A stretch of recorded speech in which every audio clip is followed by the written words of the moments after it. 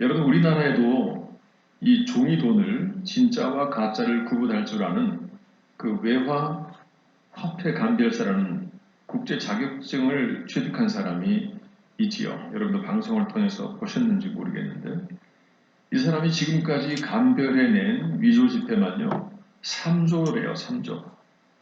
그런데 이 감별사가 진짜 돈들에서 가짜 돈을 분별해내는 방법을 들었을 때에 제가 거기에서 아주 좋은 아이디어를 하나 받은 게 있어서 이 사람이 강조하는 내용은 가짜를 분별해내려면요 먼저 진짜를 정확하게 알아야 한다는 것을 자꾸 강조하는 거예요. 진짜에서 가짜를 구별해내는 법을 훈련할 때에 가짜 종이돈을 처음에는 절대 못 만지게 한다고 합니다.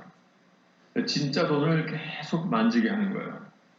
우리가 언뜻 생각하면은 가짜 돈을 가지고 확배경으로 보면서 연구하고 또 가짜 돈을 계속 비벼보고 냄새 맡고 여러 가지 방법을 통해서 가짜 돈과 씨름을 하는 시간을 많이 가질 것 같은데 이 사람의 말은 달랐습니다. 훈련 초기에는 이 가짜 돈을 전혀 만지지 못하게 한다는 거예요. 그 진짜 돈을 가지고 연구하는 시간이 몇십 배로 더 필요하다는 겁니다. 이 진짜 돈에 관한 감각을 먼저 정확히 익혀야 그 다음에 그 감각을 기초로 해서 가짜 돈이 구별이 된다는 거예요. 그래서 이 사람은 아직도 진짜 돈에 대한 감각을 유지하기 위해서요. 진짜 돈을 들여다보고 냄새 맡고 만지고 본인의 오감을 동원해서 진짜 돈에 대한 느낌을 잃어버리지 않기 위해서 꾸준히 노력을 한다는 거예요. 저는 이 사람의 이야기를 듣고 무릎을 탁 치는 생각이 들었습니다. 그래, 바로 그거구나. 우리가 이단을 감별할 수 있는 방법도 바로 그거겠구나.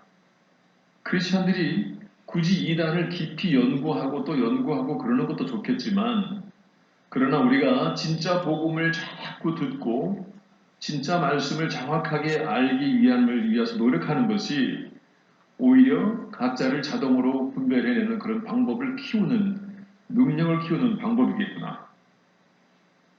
그런 생각을 해봤습니다. 여러분, 진짜는 항상 가짜로부터 도전을 받습니다. 그런데 이것이 영적인 세계에서는 더 심하게 이루어지고 있는 일이에요. 사단이 활동이 허락되어 있는 한 이단은 줄어들지 않고 더 많은 것들이 기승을 부릴 것입니다. 그러면 그럴수록 크리스천들은요 진짜 복음을 더 선명하게 이해하고 듣고 그 말씀을 묵상하면서 깊이 이해하는 시간들을 더 많이 필요로 하는 거예요. 그런데 가짜들이 나타나서 신앙인들을 유혹하는 현상은요 뭐 지금도 많지만 사도 바울 선생께서 활동했던 초대교회 당시에는요 더더욱 큰 문제였습니다. 그 당시에는 진짜가 무엇이고 가짜가 무엇인지를 가르쳐 줄 수 있는 지도자도 많지 않았고 어떤 공동체도 그렇게 많지 않았어요. 그리고 책도 많지 않았고 체계화된 교육 과정도 별로 없었기 때문에 수많은 사람들이 그 가짜 복음에 유혹되어서 진짜 복음을 놓치는 그러한 일들이 왕왕 생겼습니다. 그것 때문에 이 바울 선생께서는 각 개척한 교회들에다가 편지를 하면서 조심하라고 여러 가지 내용들을 많이 전해주죠. 그래서 로마서라는 중심 교리서를 비롯해서 바울이 신약 성경에 기록한 서신만 13권이나 됩니다.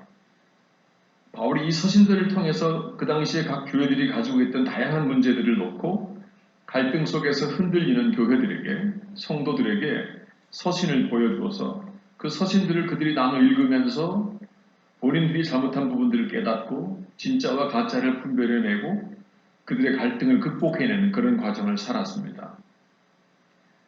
그런데 바울이 이 많은 편지글들을 기록할 때마다 이 내용들은 편지글의 형식을 띠고 있기 때문에 항상 처음에는 인사말로 시작합니다. 근데 제가 지난 주간에 그 바울의 서신서의 인사말들을 묵상하면서요. 좀 많은 은혜를 받았어요. 바로 거기에 오늘 아침에 우리들이 핵심적으로 살펴봐야 할 아주 중요한 내용이 들어있습니다. 그 인사말 속에 복음의 핵심이, 진짜 복음의 핵심이 들어있더라고요.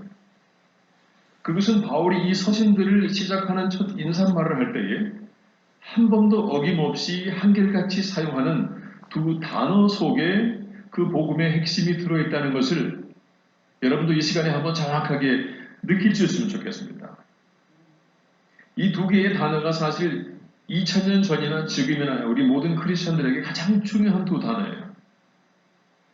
이 단어가 각양각색의 어려운 환경을 살아가는 초대교회 신앙인들에게 가장 필요한 단어였기 때문에 13권의 서신서를 바울이 보내면서 한 번도 어김없이 항상 이 똑같은 두 개의 단어를 이용해서 그들에게 인사말을 전합니다. 그렇기 때문에 이 단어가 이단을 분별하는 핵심 복음이고 이 단어 속에 우리가 반드시 만나야 될 하나님의 메시지가 들어있다는 거예요. 우리가 먼저 로마서 1장 7절을 다시 한번 볼까요? 로마에서 하나님의 사랑하심을 받고 성도로 부르심을 받은 모든 자에게 하나님 우리 아버지와 주 예수 그리스도로부터 은혜와 평강이 있기를 원하노라. 여기 보면은 사도 바울은 그들에게 은혜를 통한 그리스도의 은혜를 통한 평강이 있기를 원한다 그랬어요. 또 베드로전서 1장 2절도 보시면 베드로라는 사도도 똑같이 인사를 합니다. 곧 하나님 아버지의 미리 아심을 따라 성령이 거룩하게 하심으로 순종함과 예수 그리스도의 핏뿌림 얻기 위하여 택하심을 받은 자들에게 편자노니 은혜와 평강이 너희에게 더욱 많을지어다. 그리고 요한도 사도 요한도 서신을 보낼 때에 마치 자기들끼리 약속이라도 한 것처럼 똑같은 말로 인사를 나눠요. 자, 계시록 1장 5절도 보겠습니다. 또 충성된 증인으로 죽은 자들 가운데에서 먼저 나시고 땅의 임금들의 머리가 되신 예수 그리스도로 말미암아 은혜와 평강이 너희에게 있기를 원하노라. 여러분 사도 바울도 그렇고 요한도 그렇고 베드로도 그렇고 모든 사도들이 많은 성도들한테 똑같이 약속이라도 한 것처럼 은혜와 평강이 너희에게 있기를 원한다고 인사를 했다는 거예요.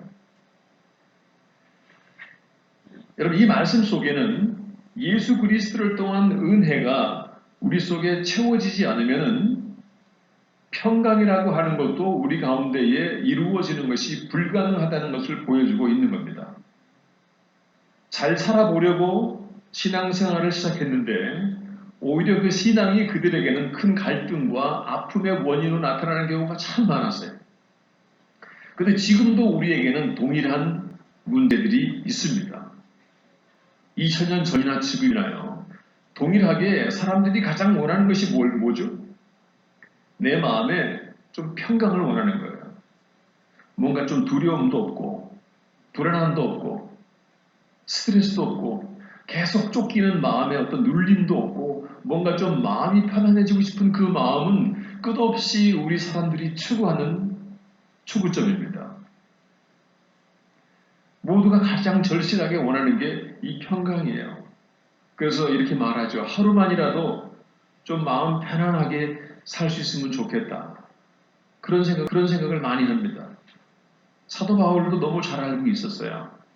왜냐하면 바울 자신이야말로 신앙인이라는 사실 때문에 감옥살이 비롯해서 온갖 풍파를 다 경험했던 사람입니다.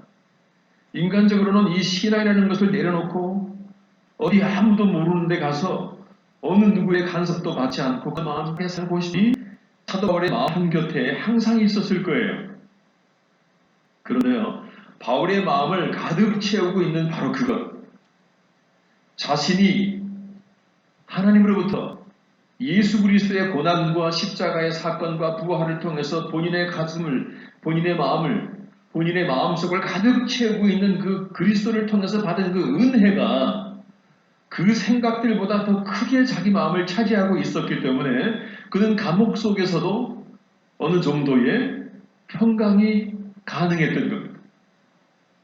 그래서 그것이 가능하지 않은 대부분의 초대교회의 성도들에게 그런 안타까운 마음으로 편지를 쓸 때마다 예수 그리스도를 통한 은혜가 너희들에게 가득 채워졌을 때에 올 수 있는 평강이 너희에게도 있으면 얼마나 좋을까? 그렇게 인사말을 계속하고 있는 거예요. 그런데 베드로 사도도 그랬고 사도 요한도 그랬습니다. 여러분, 초대교회를 장식했던 사도들이 우리보다 그렇게 훌륭한 사람들이 아니었어요. 베드로도 예수님에게 배신을 한 사람이었고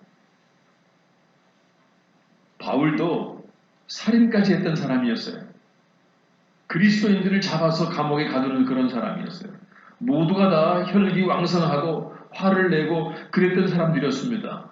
그러나 그들이 나중에 이 초대교회를 세우는 데에 헌신하고 결국에는 순교할 수 있었던 것은 그들을 가득 채우고 있는 예수 그리스도께서 그들을 위해서 했던 일에 대한 정확한 인식, 하나님이 그들의 삶을 채우고 있는 하나님을 통해서 그들에게 주어진 그 은혜, 그들의 인생에서 와지는 많은 스트레스보다도 그 은혜의 분량이 그들의 마음에 더 컸기 때문에 감당해낼 수 있었던 모든 삶의 여정이 바로 그들의 신앙의 힘의 원인이었습니다.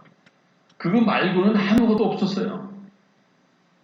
그들의 삶 속에 편안함을 줄 수 있는 환경도 없었고 그 어떤 조건도 그들에게는 없었어요.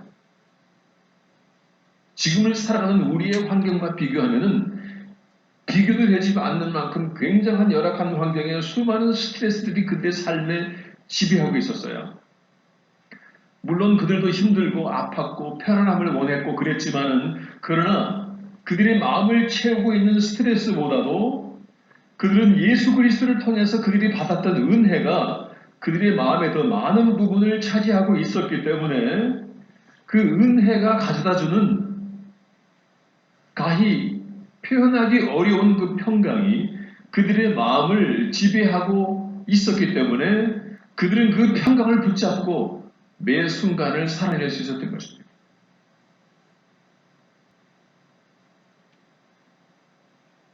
사도 바울은 사람들에게 꼭 말하고 싶었어요. 당신들이 예수 그리스도를 통해서 받은 그 놀라운 은혜로 당신들의 마음을 가득 채우지 못하면은 평강은 절대 불가능하다. 내가 누구보다 철저하게 경험했던 사람이다. 바울은 공동체에게 편지를 할 때도 그랬지만은요, 바울이 개인에게 편지를 할 때도 있었어요. 빌레몬에게 보내는 서신의 첫 번째 절을 보겠습니다. 하나님 우리 아버지와 주 예수 그리스도로부터 은혜와 평강이 너희에게 있을지어다. 또 디모데에게 보내는 인사말 볼까요? 사랑하는 아들 디모데에게 편지하노니 하나님 아버지와 예수 그리스도 우리 주께로부터 은혜와 긍휼과 평강이 내게 있을지어다. 1장 2절로 보겠습니다. 믿음 안에서 참 아들된 디모데에게 편지하노니 하나님 아버지와 그리스도 예수 우리 주께로부터 은혜와 긍휼과 평강이 내게 있을지어다. 디도에게 보내는 편지도 볼까요? 같은 믿음을 따라 나의 참 아들된 디도에게 편지하노니 하나님 아버지와 그리스도 예수 우리 구주로부터 은혜와 평강이 내게 있을지어다. 여러분, 우리가 서신서를 읽을 때에 이 부분을 좀 묵상을 해보셨습니까? 저는 지난주에 이분들을 쭉 묵상하면서 일관되게 이렇게 인사할 수밖에 없는 사도 바울의 마음에 깊이 들어가서 그 마음을 만나니까 그 속에 있었던 하나님의 메시지가 보이더라고요. 여러분, 베드로와 사도 요한과 사도 바울이 어느 날 모여서 우리 서신서를 보낼 때 인사말은 이렇게 하자고 약속했을까요? 그들이 어느 날 스타벅스에 모여가지고 아메리카노 한잔 하면서 그런 약속한 거 아닙니다. 여러분, 성경에 나와 있는 내용들은 그들의 개인적인 기록입니까? 아니면 성령의 감동으로 되어진 기록입니까? 성령의 감동으로 되어진 기록이죠. 그 인사말 속에는 하나님의 의도와 하나님의 메시지가 들어있는 거예요. 하나님의 도우심을 통해서 성령의 감동을 통하여서 그들에게 가장 필요한 것이 인사말 속에 먼저 들어간 것입니다. 이게 복음의 핵심이에요. 우리 예수님이 십자가에 죽으셨어요. 그리고 고난당하셨어요. 그 십자가에는 내가 달려야 할 십자가였다는 사실을 우리 너무나 잘 압니다. 그래서 얼떨결에 십자가를 졌던 구레네 시몬도 나중에 십자가를 짓는 그 순간에는 로마 병정에 의해서 억압받아서 십자가를 억지로 졌던 그 순간에는 불평했지만은 그가 나중에 그 십자가가 정말 자기가 져야 할 십자가였다는 사실을 깨달은 다음에는요, 그의 모든 가족이 초대교회를 일으키는 큰 하나님의 헌신자들이 되었었잖아요. 우리 주님은 우리를 위해서 우리한테 평강을 주기 위해서 정말로 평안한 마음을 가지기 어려운 그런 환경 속에 살아가는 우리 모두에게 세상이 줄 수 없는 평강을 그래도 우리가 맛볼 수 있기 위해서 당신의 십자가에 죽으시고 고난받으시고 우리를 영원한 하나님의 나라로 인도하실 준비를 하셨는데 우리는 그 묵상이 다 빠진 상태에서 내 삶 속에 나타나는 여러 가지 내 직장에서와 내 가정에서와 나의 인간관계들 속에서 나타나는 그 스트레스에 우리가 집중하다 보니까 내 마음을 채우고 있던 그리스도를 통해서 오는 은혜는 어느 사이에 수증기처럼 증발해버리고 나는 그냥 그 스트레스에 집중하면서 어쩔 줄 몰라하고 힘들어하고 괴로워하는 그 모습이 사도 바울이 보았을 때는 모든 초대교회 성도들의 하나하나의 모습이었어요. 그리고 지금 우리들 개인 하나 한 사람 한 사람의 모습입니다. 저도 지난 한 주간 동안 이 말씀을 묵상하면서 우리가 개인적으로 받고 있는 스트레스들에 집중했던 내 모습이 얼마나 후회스럽고 괴롭고 부족하고 연약하고 부족해 보였는지 하나님께 본격적으로 또 회개를 했지요.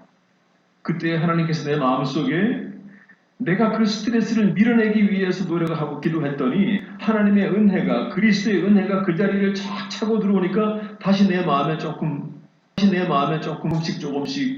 평강이 들어오더라고요. 여러분 신앙의 힘은 바로 거기에 있지 절대 다른 곳에 있는 것이 아닌 것이죠. 그래서 하나님은 말씀을 통해서 우리가 하나님께 받은 은혜를 인식시켜주기 위해서 끝없이 노력하시는 거예요. 그래서 구약 40년 동안에도 이스라엘이라고 하는 한 민족을 샘플로 선택을 해서 그 백성들에게 내가 너희를 얼마나 사랑하고 내가 너희에게 끼치는 은혜를 그들에게 설득하고 납득시키기 위해서 어떨 때에는 포로 생활도 하게 만들고 어떨 때에는 징계도 하게 만들고 어떨 때는 불호령도 내리면서 그들이 결국에 회개하고 그들이 하나님의 은혜를 다시 원했을 때에 그들을 다시 용서해주고 그들 위에 하나님의 은혜를 가득히 채워주는 그 과정의 반복이었습니다. 근데 그들이 어느 순간에 하나님의 은혜를 까맣게 잊어버렸을 때는 또다시 불평하고 모세를 향해서 돌을 던지고 그들이 애국 땅에서 먹었던 과일들을 그리워하고 비난하고 그들이 마음을 하나로 해서 모세에게 비난했던 하나님을 원망했던 그런 상황들이 계속 반복이었어요. 지금의 우리의 모습도 똑같습니다.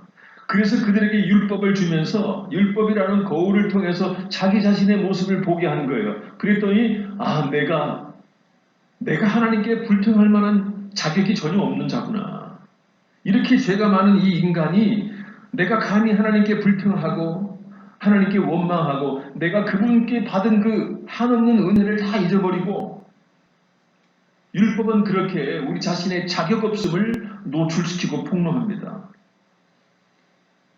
그런데 그 율법을 받은 유대인들이 서기관과 바리새인들과 율법학자들은 그 율법 때문에 오히려 하나님의 은혜를 잊어버리고 까먹고 예수 그리스도의 십자가의 죽으심과 오심을 부인하고 결국에 그들의 손으로 그리스도를 십자가에 못 박는 어리석은 자리로 갔지요.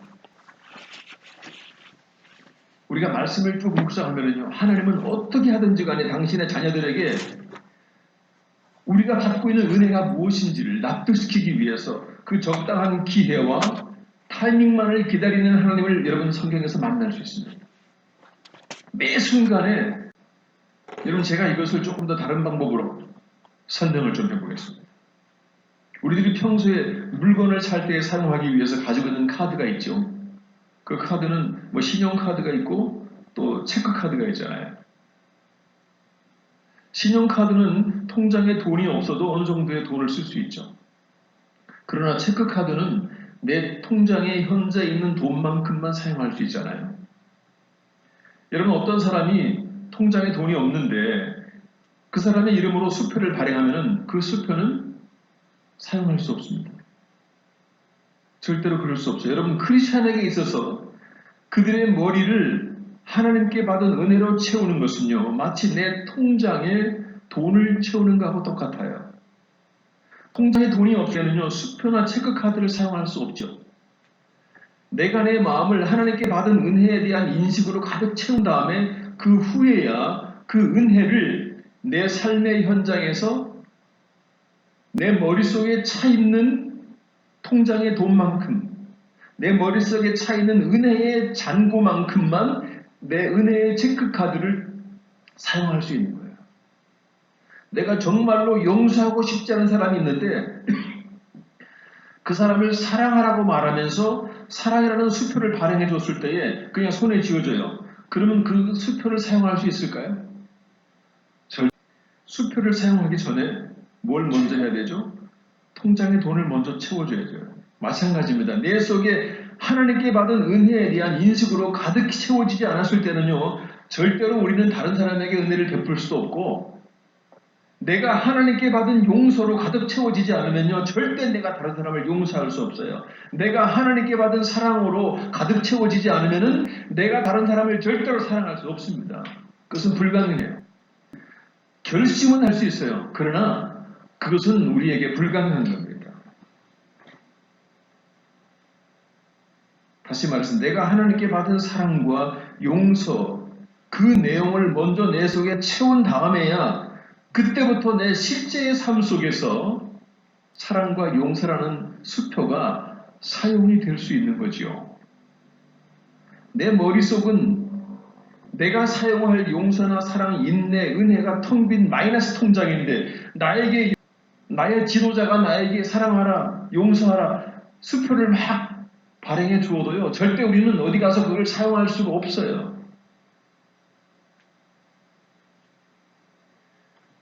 그렇기 때문에 우리의 머릿속에 말씀을 통해서 내가 받은 은혜와 용서와 사랑에 대한 하나님의 은혜를 먼저 가득 채우지 않으면 우리는 어느 순간에 누구를 만나도 어떤 대상이라 할지라도 우리는 그 사람에게 은혜를 베풀 마음의 준비는 결코 되어 있지 않는 겁니다.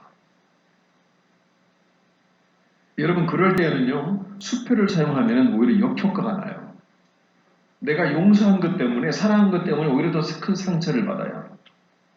그 뒤에 나타나는 어떤 반응들이나 내가 감당할 수 없는 또 다른 상처들이 나를 찾아오게 됩니다.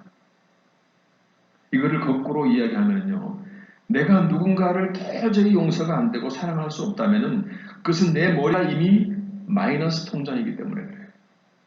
내가 그동안에 내 머리를 가득 채웠던 하나님을 통해서 받은 은혜와 사랑과 그 용서받은 그 많은 것들이 나도 모르는 순간에 사탄은 우리 머릿속에 받은 은혜를 훔쳐가는, 내 통장에서 그 사랑의 잔액을 훔쳐가는 도둑놈입니다.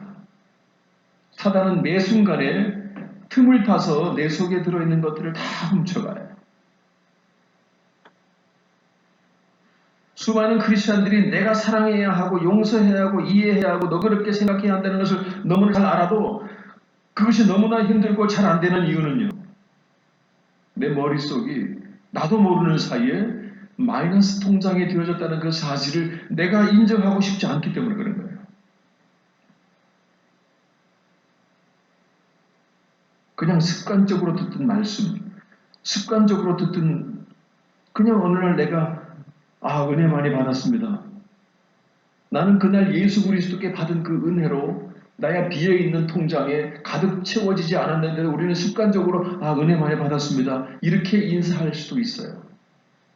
은혜 많이 받은 게 뭐죠? 내 통장을 그리스도께 내가 받은 용서와 사랑과 은혜로 채우는, 그것이 이루어졌을 때에 우리는 은혜를 받은 겁니다.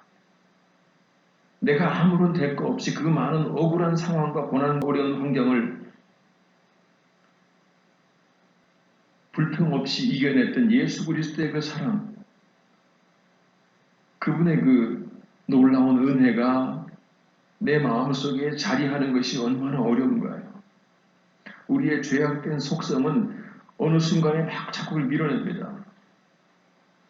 바울의 마음속에는요, 그가 하나님께로 받은 용서와 사랑과 용납해 주심과 그를 하나님의 자녀로 받아주심과 그를 이해하여 주심과 그의 못됨과 그의 부족함과 그의 연약함을 다 이해해 주시는 그 하나님의 은혜로 가득 채워져 있기 때문에 그의 영적인 통장의 잔고가 충분하기 때문에 그 모든 역경을 그 잔고를 이용해서 그는 감당해낼 수 있는 거예요. 바울이 특별히 초인간적인 힘이 있거나 영적인 어떤 슈퍼맨이 절대 아닙니다.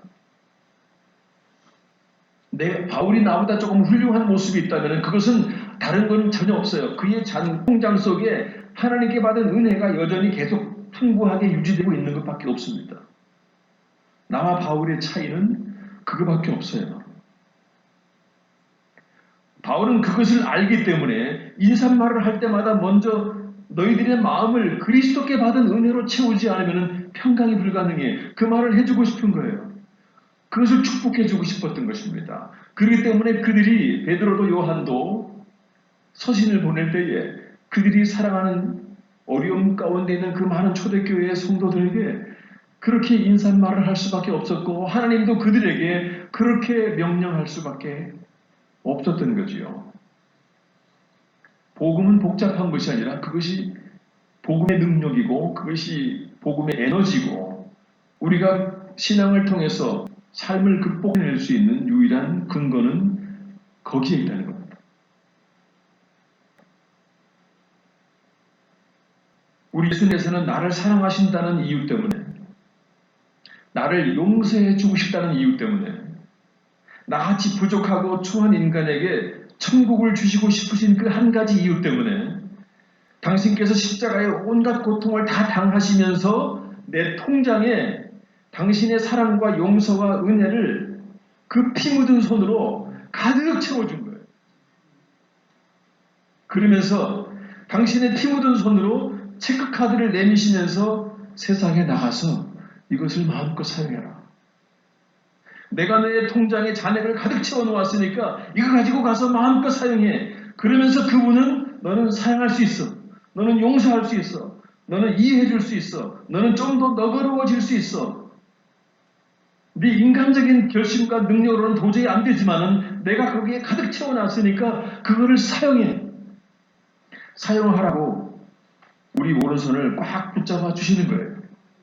그리고 우리 오른손에 당신의 피 묻은 체크카드를 지워주시는 겁니다. 이거 공수표가 아니야. 내가 이거 너에게 주려고 당했던 일들을 내가 기억할 수 있겠어? 여러분 그런데 이 대목에서요. 바울은 매우 중요한 사실 하나를 우리에게 분명하게 알게 하기 위해서 본인이 다음과 같은 고백을 합니다. 여러분들이 나에게 대하여 한 가지 오해를 할까봐 제가 고백할 것이 하나 있습니다. 내가 정말로 이거 어려운 상황을 잘 견뎌내고 내가 정말로 기가 막힌 상황을 만나면서 억울하고 힘들어도 사람들을 잘 용서하고 이해해주는 내 인내와 사랑의 체크카드를 사용하는 것을 여러분들이 볼 텐데요. 그런데요, 내가 뭔가 그 체크카드를 받을 자격이 조금이라도 있어서 받은 게 절대 아닙니다. 나는 절대 자격이 없었습니다. 나는 정말로 죄인 중에 괴수를 할 만큼 나는 정말로 은혜의 체크카드를 받을 자격이 조금도 없는 사람입니다, 여러분. 바울은요, 이것을 반복해서 얘기해요. 왜 그러냐면은, 바울이 뭘 알았냐면은, 자신이 그거를 받을 자격이 없다고 인정하는 자만이,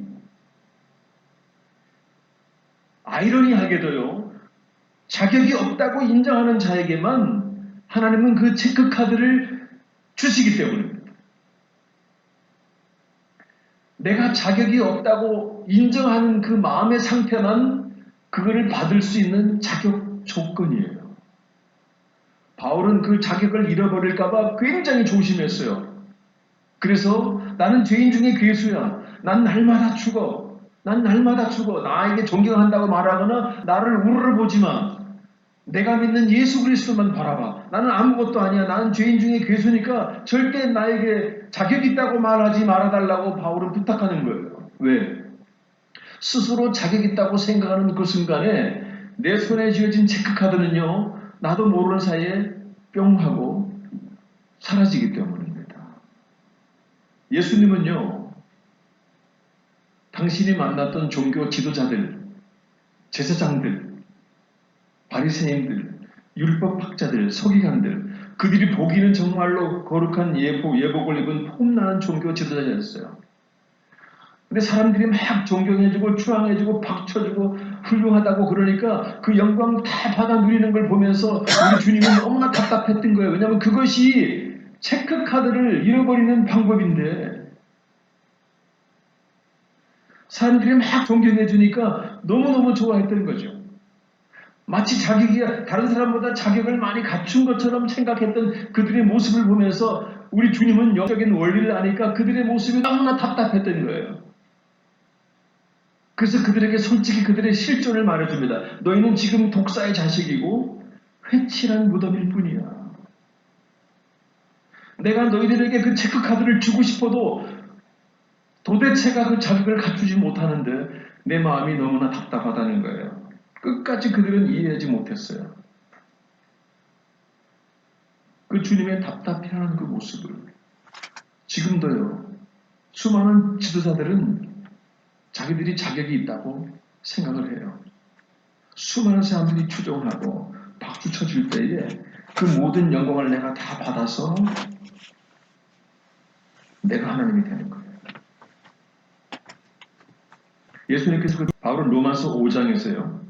너희가 하나님의 소망 가운데 살기 위해는 너희가 연약할 때에 그리스도께서 너희에게 은혜를 채우기 위해서 십자가에 죽으셨고 너희가 죄인이었을 때에 그리스도께서 너희를 위하여 십자가에 죽으셨고 너희가 하나님과 원수되었을 때에 그리스도께서 너희를 위하여 죽으셨고 이렇게 너희가 연약할 때에 너희가 죄인일 때에 너희가 하나님과 원수되었을 때에 우리의 최악의 상태를 점층적인 수사법으로 우리의 실존을 보여주면서 예수 그리스도께서 우리를 위해서 죽으셨을 때 바로 그 순간에 우리의 실체의 모습은 조금도 자격 있는 모습이 아니었던 것을 바울은 정확하게 설명을 해요. 그거를 알지 않으면 하나님의 체크카드를 받을 자격이 없기 때문에 원래부터 가능성이 없는 죄인이었던 우리의 상태를 우리 스스로 분명히 인식하고 인정하고 있어야 그때부터 영적인 통장에 하나님의 은혜가 제대로 채워지기 때문에 여러분 우리가 능력이 있어가지고 우리의 결심을 통해서 내가 인격적으로 풍부하기 때문에 내가 워낙에 교육을 잘 받아서 인격적으로 성숙하기 때문에 누군가를 용서하고 이해해주고 받아주고 그럴 수 있는 거 절대 아닙니다. 우리는 그냥 그 순간에 내가 받은 용서와 내가 받은 은혜를 다른 사람에게 그냥 이렇게 사용하는 거예요. 바울의 위대함이 어디에 있죠? 나는 죄인 중에 괴수라고 끝없이 고백하는 그 고백 속에 바울의 위대함이 있는 거예요. 바울이 뭐에 그리 괴수입니까? 바울은 신약시대를 주름잡던 당대에 걸출한 하나님의 사람이었어요. 바울이 아니었으면 신약성경 13권을 우리가 읽을 수 없어요. 그러나 바울은 일부러 겸손해 보이려고 그렇게 말한 것이 아니라 그가 하나님의 체크카드에 그 잔고에 하나님께 받은 은혜와 사랑과 용서를 가득 채울 수 있는 유지할 수 있는 오히려 방법은 자기가 납작 엎드려서 계속 그 낮은 자리에 있을 때에만 그것이 가능하다는 것을 알기 때문에 바울은 절대로 그 낮은 자리에서 잠시도 위로 올라오지 않습니다. 그것이 바울이 하나님으로부터 무던하게 사랑받고 인정받는 유일한 방법이었어요. 우린 가끔씩 내가 좀 뭐라도 된 것처럼 내가 그래도 조금 뭔가 좀 다른 사람보다 좀 나은 것처럼 그래도 내가 뭔가 좀 하나님께 뭔가 은혜 받을 만한 자격이 좀 있는 것처럼 그 생각에 낭떠러지에 떨어질 때가 많아요. 그것은 절대로 사단이 우리에게 주는 생각입니다. 철저하게. 왜냐하면 아직도 우리의 타락한 육신은 그대로 사단에게 노출되어 있기 때문에 그 속성 속에 자꾸 사단은 기어들어와서 우리의 은혜의 통장에 있는 잔고를 다 빼앗아가는 도둑질을 합니다. 그리고 우리 마음속에 자격이 있다고 자꾸 생각을 줘요. 너는 할 수 있어. 너는 훌륭해. 너는 정말 훌륭한 사람이야. 이렇게. 이것은 자신감하고 아주 다른 겁니다. 세상은요, 너는 할 수 있다는 용기를 주는 그런 말인 것처럼 우리를 쳐들어와서 우리의 자격 있음을 주장하게 만들어요. 그래서 우리가 말씀을 볼 때마다 우리가 원래 나의 자격 없음으로 기어가는 거예요. 그쪽으로 내려가는 겁니다. 저 이제 마태사도행서 3장 16절과 18절을 봅니다. 평강의 주께서 친히 때마다 일마다 너희에게 평강을 주시고 주께서 너희 모든 사람과 함께 하시기를 원하노라. 나 바울은 친필로 문안하노니 이는 편지마다 표시로서 이렇게 쓰노라. 우리 주 예수 그리스도의 은혜가 너희 무리에게 있을지어다.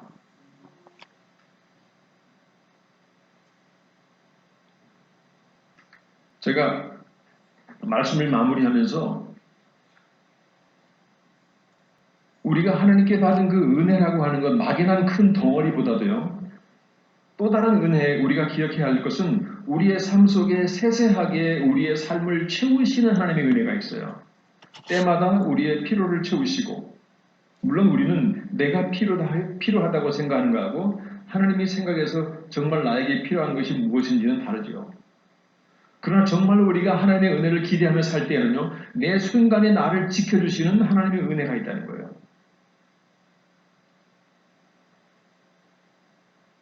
제가 지난 주일날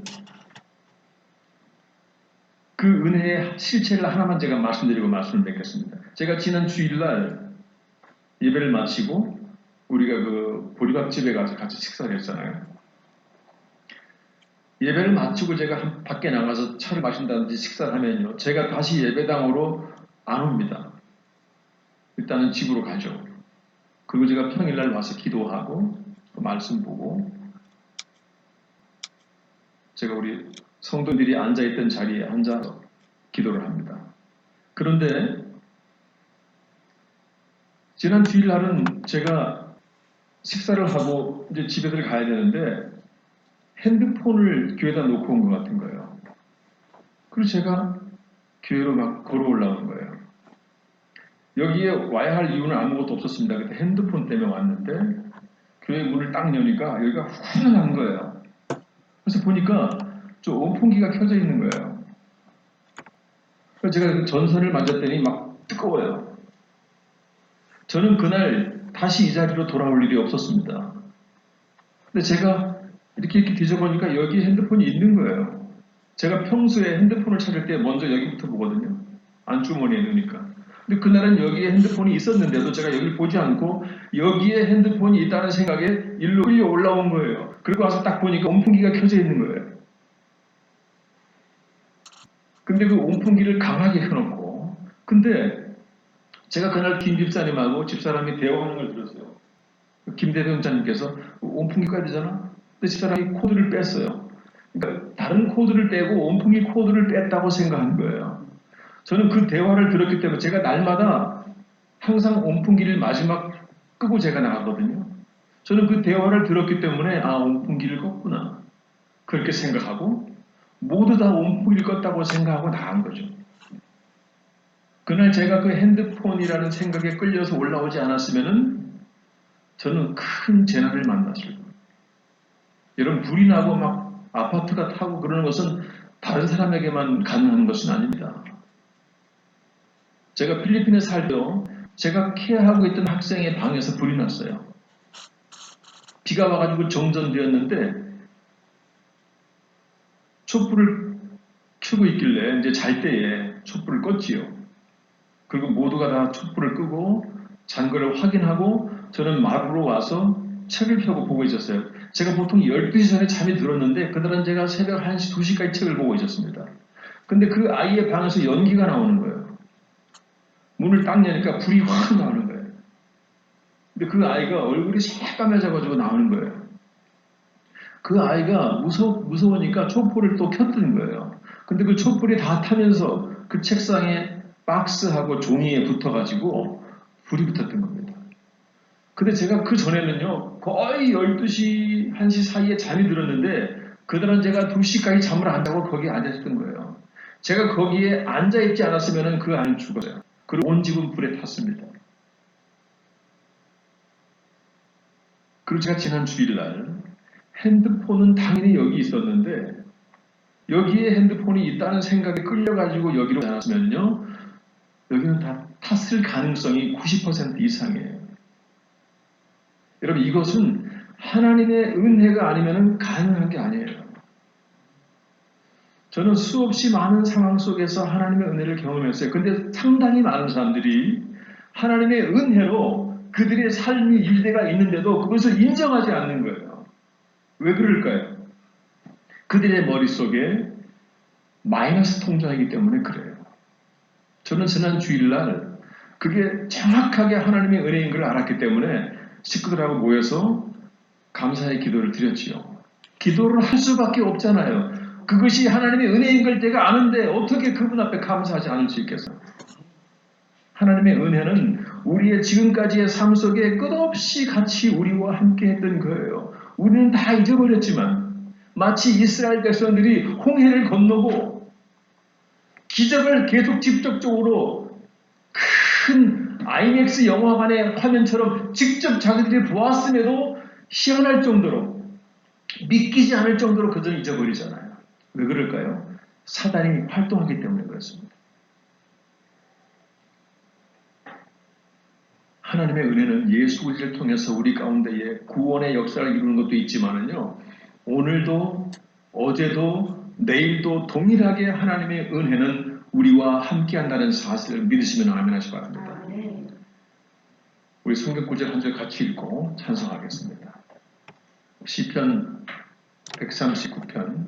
여러분 우리가 다른 나라를 가든지 다른 지역이든지 우리 자녀들이 어느 곳에 있든지 우리 기도 속에 자녀들이 있다면 하나님은 우리를 지키십니다.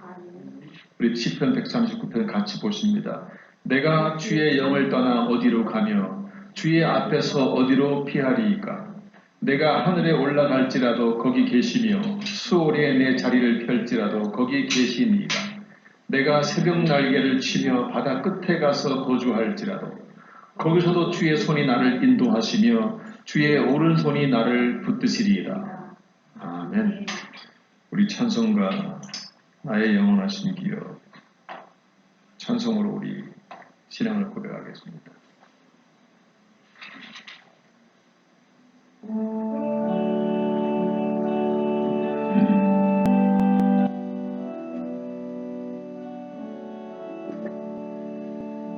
나의 영원하신 기업 생명보다 귀하다. 나의 갈 길 다가보러 나와 동행하소서. 주께로 가까이 주께로 가보니 나의 갈 길 다가보러 나와 동행하소서. 세상 부귀한 일함과 모든 명예 버리고 험한 길을 가는 동안 나와 동행하소서. 주께로 가까이 주께로 가보니 나의 갈 길 다가보니